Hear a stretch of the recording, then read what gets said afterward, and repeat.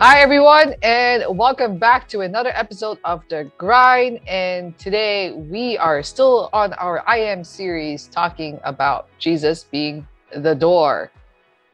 Guess what? We're still What? at home. Yes, we are Yes, still clearly it's at home. still inside the doors of our houses. It's still the ha ha ha, it's still the zoom edition within the doors, the four confines. But yeah, so here we are. Yep. Oh, actually, guys, speaking of doors, I got a question for you. Oh. Since this is something that has been bothering me, could Jack have fit the Titanic door? It's a lifelong debate. Like yeah, when you exactly, You right? said it's been bothering you. Has it been bothering you for 25 years?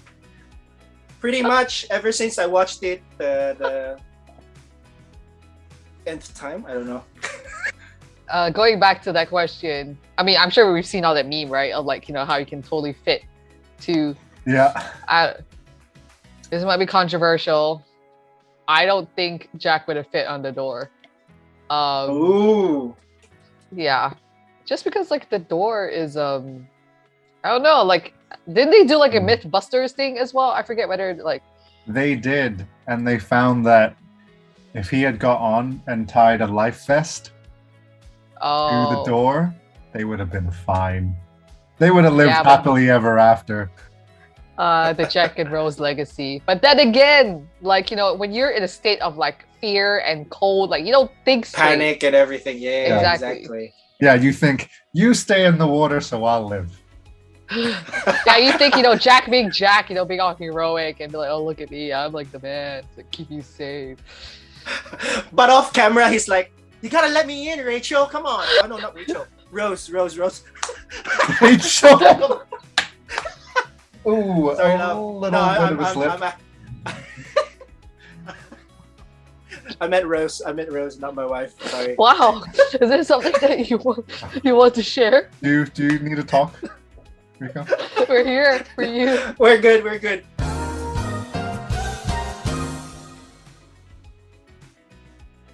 I'm gonna go with the wisdom of Mythbusters and say they would have fit. Oh, wow. Yeah. Also, I've only seen that meme. I haven't seen the movie. So, What? you guys know this. I haven't seen Titanic. What kind of Oh, yeah. millennial are you? Get out of here. Eh, Get out of here. You haven't seen Anyway. it. We should just sit down with you and make you watch it. no, I'm good. I don't need to see Jack painting her like one of his French girls or whatever it is. I didn't even that was even I was just saying this is a classic iconic I cinematic think I piece just broke of our Rico. times.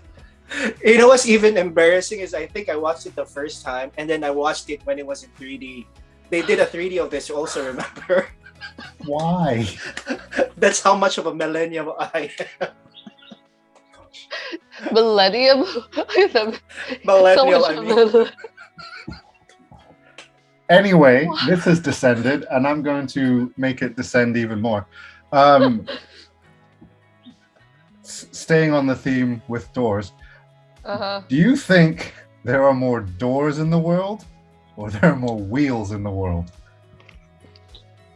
I think there are more wheels because there's a lot of things in our house that use like wheels and stuff. Like it did a machinery and appliances and whatever. So I want to say wheels. But there are things like cabinet doors and cupboard doors Yeah. and doors. And in buildings, there are so many doors to so many different rooms. One eternity later. Okay, you know what? This conversation is descending into madness. Rico, what do you think? I'm I team think there are wheel. more doors. Oh no, What? more doors?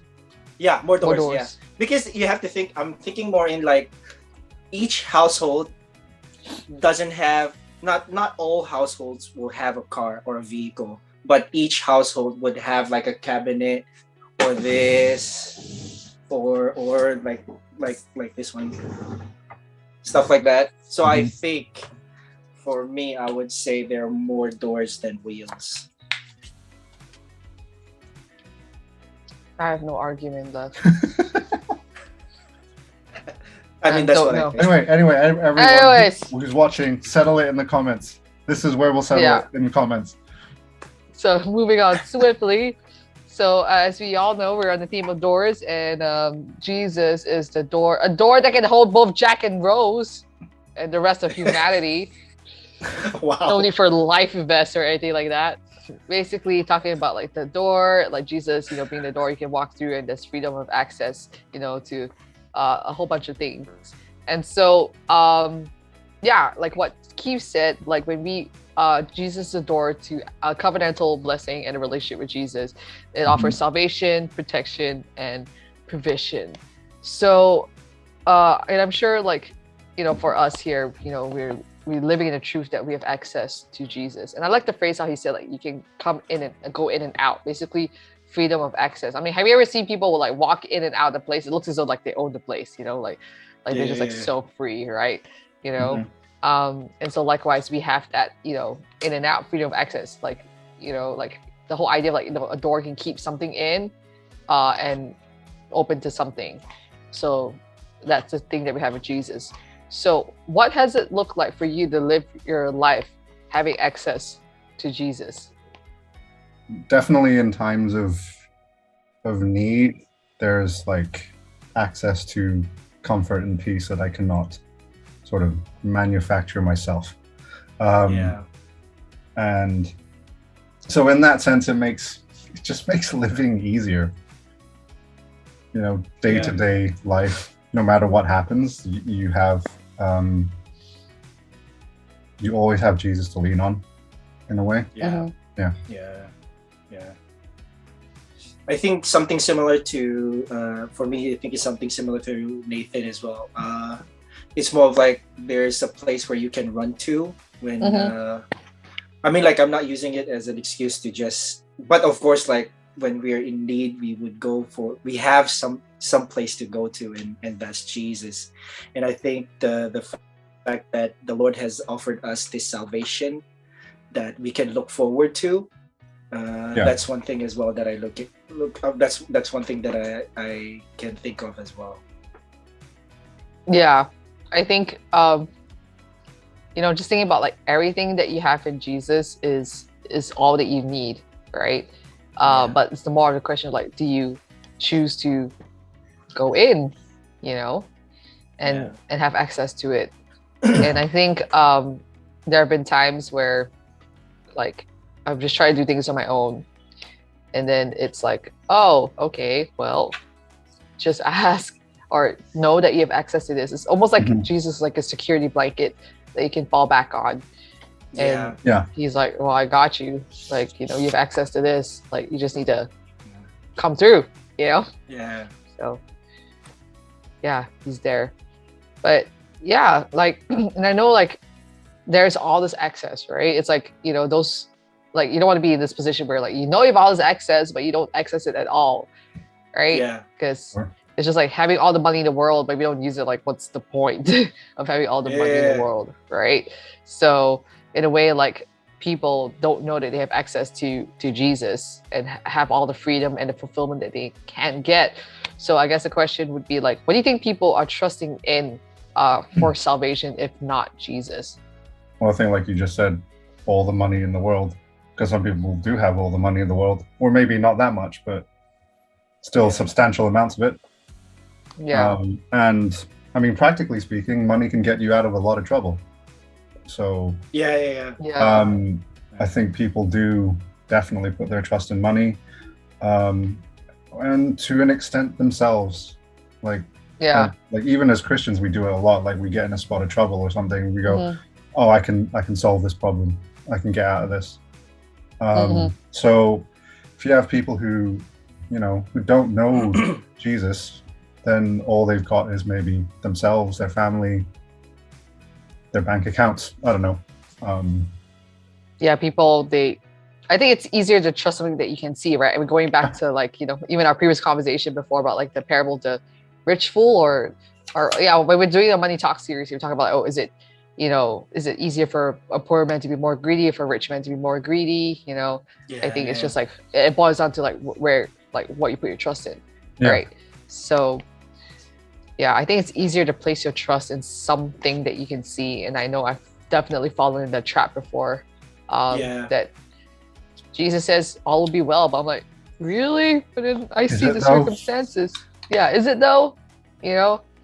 And yeah, it's true. And Nathan, I like what you put on your Insta story the other time about like, you know, faith and doubt. You know, it's true. It's sometimes it just comes like, you know, together, and you have to work through it. It's part of the journey. Yeah. Sometimes you kind of have one without the other, really. Yeah. Because I guess like faith with the absence of doubt is like science. I don't know. True, actually, because then it's just all facts, right? Yeah. Yeah. Wow, that's pretty deep. It is. It's a stark contrast compared to the beginning of our conversation. So, yeah, I think it's just the concept of like, you know, doubt, the concept of like having faith. I think it all just marries together. It's just more of like, what do you do, right? Do you respond in doubt? Do you each time, you know, and do you respond in fear? Do you respond in faith? I think it's just a matter of like what you do with what you have. And so what we have is we have full access to Jesus. It's just matter or not, you know, do we live in doubt that is it actually there? Can we actually trust him? Do we actually have freedom? You know? So yeah, I think it's just something to think about, like what are we looking to for security, right? Because even in like this season of like COVID, you can see what people are looking to for security. Apparently, cans of Campbell soup. Sorry, not letting that go, huh? No, I am not. But I'll tell you, I saw it back in the shelf, so I'm happy now. But you know, like people are like, yeah, I contained myself when I saw it. But you know, like people, you can see like they were looking into having a lot for security, right? As opposed to, you know, thinking that security can come in Jesus. But then there's like the other, you know, mindset of like, oh, I've got Jesus, the virus, you know, my body's a temple, the virus cannot come in, you know, and then it's like, yes, but we still got to be smart. Don't be so gung-ho. Jesus has given you masks and staying indoors. And just, you know, there's a practice wisdom, not stupidity. So I mean, like, even though we have access to him, you have to choose to walk through the door. Exactly. It's just there, right? You have to use it. Yeah, doors are stationary, you know. And I think also it has something to do with the fact that it's not only about you, especially during this circumstance. Of course, we're really secure that the Lord is with us and the Lord is protecting us. But we also have to look at it in the area of like, okay, we're not the only ones at home. We also need to protect the people we are with. The fact that the Lord is already protecting you. It's also our due diligence in a way that through this we should also protect the people that we love, even though we know that the Lord is protecting them as well. But it's more of like something of a like a comfort for them also to understand that the Lord is with you and you are showing compassion to them, that we care for you as well, something like that. So So smart. So it's just thinking that like the door is stationary. I mean, have you ever seen moving doors except for like maybe Monsters Inc? You know, I was gonna say that. Moving doors is for Monsters Inc. and the doors floating in the Titanic, like after Titanic broke down. Anyways, the automatic doors count? Yeah, exactly. You know, like moving doors, like, but then basically doors is basically you have to step in to get to the place, right? And so likewise, like maybe to land this discussion is like, what do you need that lies on the other side of the door? Salvation, protection, provision. I mean, these are like three things that Keith talked about in his message. Is there one particularly that sticks out to you? All of the above. Yeah, actually, even for option D, all of the above. Yeah, I'm gonna be greedy and choose all of them because they sound pretty because good. We have full access. We don't exactly. need Jesus be like, why choose? Just get all of them. All of exactly. it. Exactly, all of it. Why do you have to pick? Just pick one. Yeah. That's true, yeah. But I think, I mean, if we're talking, if I have to make a list, then obviously salvation goes at the top, right? Yeah. Because crying and gnashing of teeth is not very appealing to me. So Really? and then and then no, and then I'm gonna cheat and just say like protection and provision kind of go together. Yeah. Yeah. Wow. Well, I affirm your list, and it's a good list. But I'm gonna go with, because I'm already saved, so I'm good. I already have salvation, saved from the condemnation of sin. So I'm sorted. And from crying and gnashing of teeth. Exactly. And I think right now for me, the one that would stick out to you is provision. Stick out to me right now is provision. I think trusting the Lord to provide, whether it be like innovative ideas for work, or provide for like the needs and desires of my heart, or stuff like that. So I think provision. Campbell's soup. Or what, he heard that cry, and provided. The Lord provideth Campbell's soup. So anyways, we're okay. I'm gonna stop talking about soup right now. But yes, that is the deal. So yeah, I think all of us here have different needs. And like what Nathan and Rico clearly put it, is that why stop at one when you can have all, right? So don't be like, oh, today Jesus, I need protection, but I also do need provision, but let me just go with protection first. Hey, just ask for it all.